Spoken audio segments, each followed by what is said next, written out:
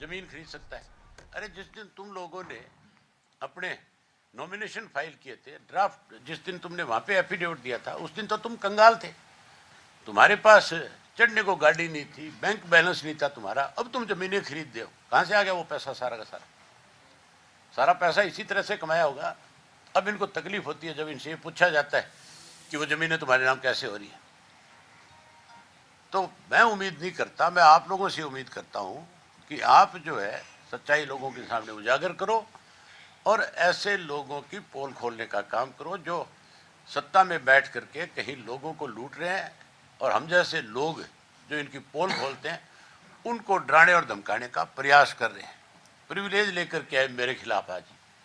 इनसे पूछने वाला हो कि सारा देश ये कहता है तुम्हारे लिए, प्रदेश के अंदर आप रिक्शा पुलर से पूछ लो, बस अड्डे पे जाके पूछ लो, आप रेलवे स्टेशन पे जाके पूछ लो, हॉस्पिटल में खड़े होकर के बात कर लो, सरकार में क्या हो रहा है। सारे ये कहते हैं दोनों हाथों से लूटने में लगे हुए सरकार में बैठे लोग, लुटेरे इकट्ठे हो रहे हैं। तो मैं कोई गलत कह रहा हूँ क्या? तुम्हें भी पता है सबको कि कौन लुटेरा है यहाँ पे, है कि नहीं है? तुम्हें पता है? तुम भी बता दो, हंस रहे हो बैठे बैठे, बताने में हर जगह। ये क्या मामला था सर जो आप कह रहे हो, अध्यक्ष जी बता रहे हैं, क्या किस मामले में? शराब घोटाले का इशू था सबसे बड़ा, जिसके अंदर सरकार में बैठे लोग सीधे तौर पे फंसते हैं। ये एक रिपोर्ट जो है छुपाने की कोशिश कर रहे हैं बारी बारी। इन्होंने 3 रिपोर्ट बनाई इसके ऊपर, एक रिपोर्ट बनाई। आज इनको पता था कि अगर इस पर चर्चा हो जाती तो आज इनकी बहुत बड़ी पोल खोलता मैं। 3 रिपोर्ट इसके ऊपर आई। सबसे पहले होम मिनिस्टर ने एसआईटी का गठन किया, उसके ऊपर मुख्यमंत्री ने कैसे अपने सहयोगियों को बचाएं, इसके लिए एससीटी कर दी। एससीटी की रिपोर्ट बनाई जिसमें 3 लोगों को जिम्मेवारी दी गई। टीसी गुप्ता आईएएस जो था उस वक्त का, वो तो इसका हेड कर दिया। 2 लोग और इसमें मोहम्मद अकील आईपीएस जो है उसको, और एक विजय सिंह एडिशनल ईटीसी, ये 2 इसके साथ मेंबर बनाए गए। इन 3 लोगों ने इसकी जांच करी सारे की। मुख्यमंत्री को इसमें यह लिखा गया होम मिनिस्टर की तरफ से कि इसके अंदर आईपीसी की धारा 32 जो है उसके तहत कार्रवाई होनी चाहिए, उसके तहत इनको पावर्स दी जाए ताकि इसमें पूरी तरह से जांच की जा सके, जो दोषी लोग हैं उनके खिलाफ कार्रवाई हो सके।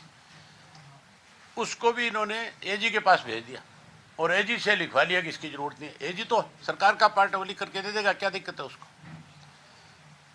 उससे रिपोर्ट को इन्होंने साया करने की बजाय दबा लिया।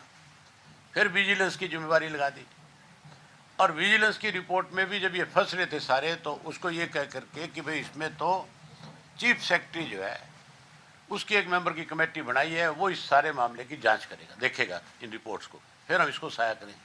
3 साल निकाल दिया।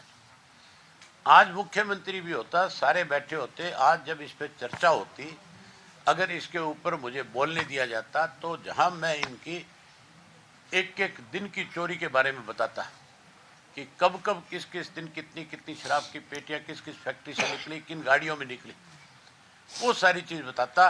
वहीं ये वो रिपोर्ट है एससीटी की, जिस रिपोर्ट के अंदर ये तो नहीं साया कर रहे सरकार में बैठे लोग, तो ये तो इसको छुपा रहे हैं, दबा रहे हैं।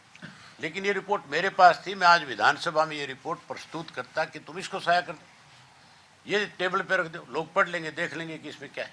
आप मीडिया को देंगे? मीडिया को तो दूंगा, और लिया किस लिए मैं पर मीडिया वालों का मुझे कुछ कभी भी ऐसा अंदाजा है कि तुम इसको साया करने के बजाय तुम भी कहीं सरकार के कहने में दबा ना दिए इसको।